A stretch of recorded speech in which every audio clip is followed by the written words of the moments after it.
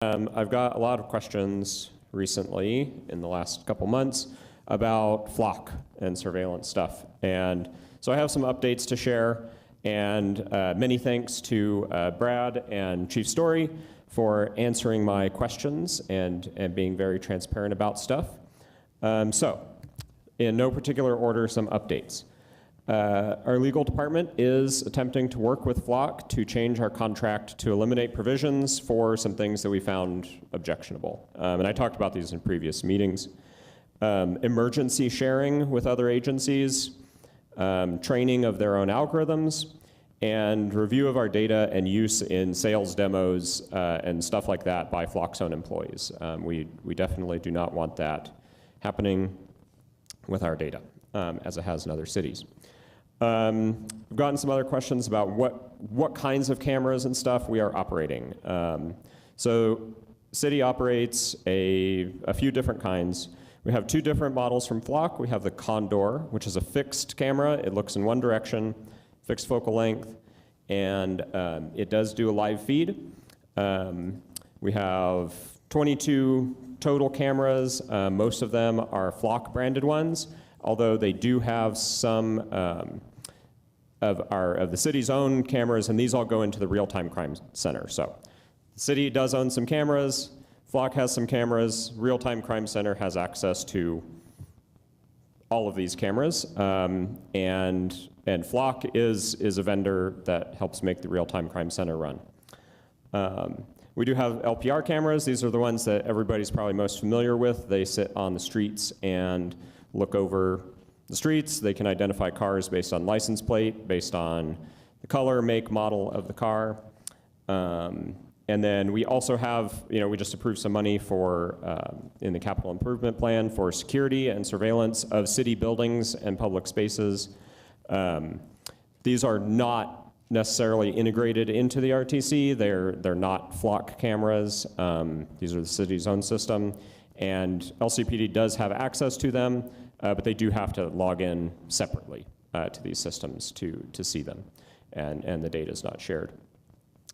Also, relatively recent development, at the request of LCPD, Representative Vasquez's office reached out and said, hey, we've got an opportunity for a Department of Justice earmark in the upcoming funding bill. What do you want? And so the city requested a gunshot detection system and asked for $500,000 to fund it. And both Representative Vasquez and Senator Lujan put it into their earmark request, so it's been submitted from both sides. And it's similar to a request that was funded for the Bernalillo County Sheriff's Office by Vasquez. And it's money when it actually, if and when it actually gets approved through Congress, then there would be a process to go out to bid on it, actually decide where they're going to be put. Gunshot detection systems, I should add, in most cases, of course, Flock spoils it for everybody. They're looking for a very specific type of acoustic signature that's just a pressure shock wave from a gunshot. So like ShotSpotter, you've probably heard of, that's like what that technology is looking for.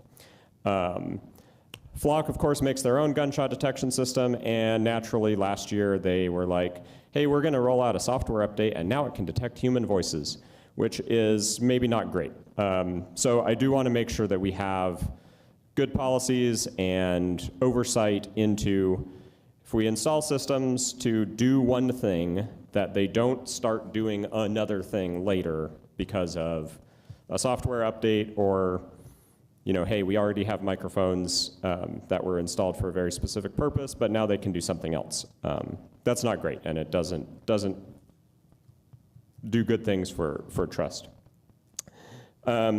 Also wanted to remind everybody that the state did pass some limitations on LPRs specifically. SB 40 goes into effect July 1st, and there's various restrictions on data sharing, restricts LPR users from selling or providing data to non-law enforcement agencies, and it institutes some reporting requirements on LEAs, law enforcement agencies that use these technologies. They have to report to the state. And Another question I got was, do some of the private people who have flock cameras on private property share their data with LCPD? Lowe's does, Home Depot does not. And as private companies, they both have to comply with the SB 40. I don't personally know of other private flock deployments, but those are certainly visible and people ask about them. So yeah, that's my update on flock, because that's one of my issues.